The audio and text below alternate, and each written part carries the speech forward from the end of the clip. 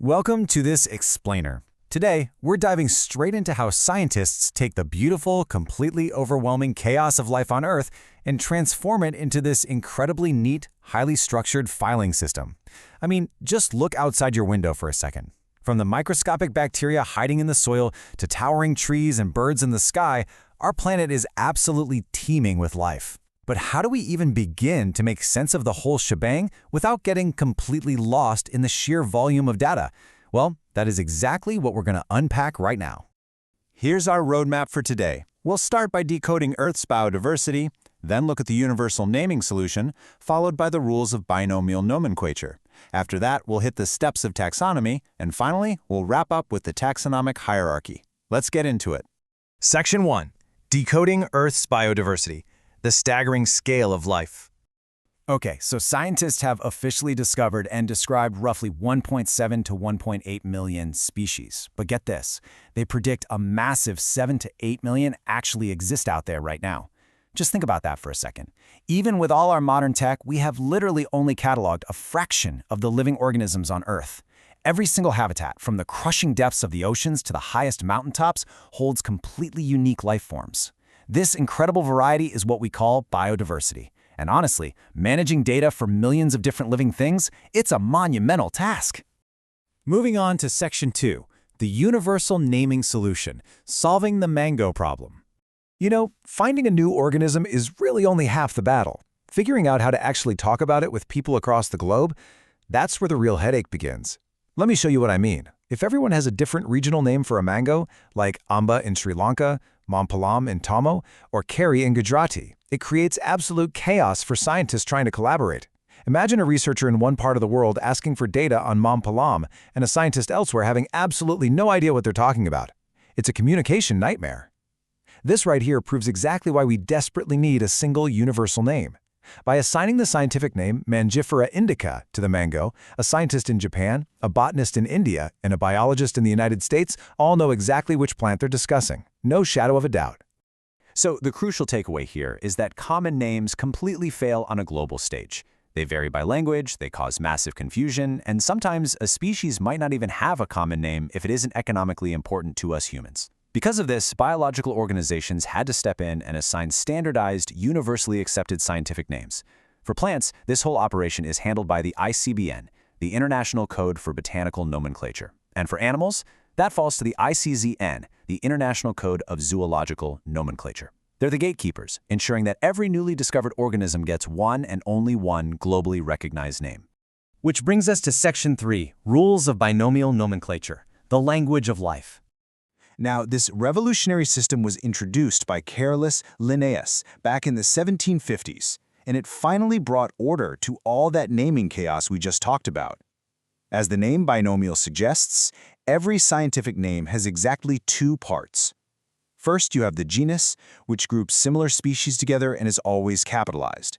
Then, you have the specific species name, which is always lowercase. Take us humans, for example.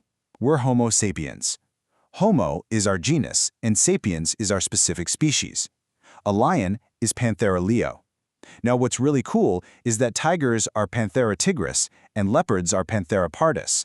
Because they share that first name, Panthera, you instantly know just by looking at the scientific name that lions, tigers, and leopards are very closely related. It's brilliant. Now, the formatting rules for these names are incredibly strict. You know it requires two parts, and you know the capitalization rules, but did you know these names are almost exclusively derived from Latin? Why Latin, you might ask? Well, it's a dead language. That means it's no longer the native spoken language of any country, so its words and spellings literally never change or evolve over time. It's locked in. Furthermore, to make these names stand out in a text, they absolutely must be italicized when printed on a computer. And if a scientist is out in the field scribbling in a notebook, they actually have to underline the genus and the species separately by hand. All right, Section 4, the steps of taxonomy, sorting the biological bag. So how do we actually figure out where a brand new, totally unknown organism belongs? I mean, we can't just slap a name on it and call it a day, right? There is a very meticulous process to follow.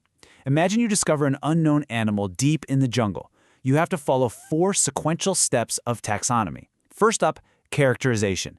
This is where you systematically observe and note down all of its features, its size, its teeth, its fur. Next is identification. You take those notes and compare them against existing biological databases to see if it matches something we already know or if it's entirely new. Third is classification. Based on its traits, you place it into an appropriate existing group. Like if it looks and acts like a big cat, you might classify it into the genus Panthera. And finally, the fourth step, nomenclature. This is where you officially give it a brand new scientific name. But modern science actually takes this a step further with systematics. This is where we don't just sort organisms by how they look, but we actually map out their entire evolutionary family tree. We dive into internal cell structures, their DNA, and their developmental biology to establish what's known as phylogeny. So systematics is essentially taking all those steps of taxonomy we just talked about and adding the absolutely crucial context of evolutionary relationships. It answers the ultimate question: who are this creature's distant biological ancestors?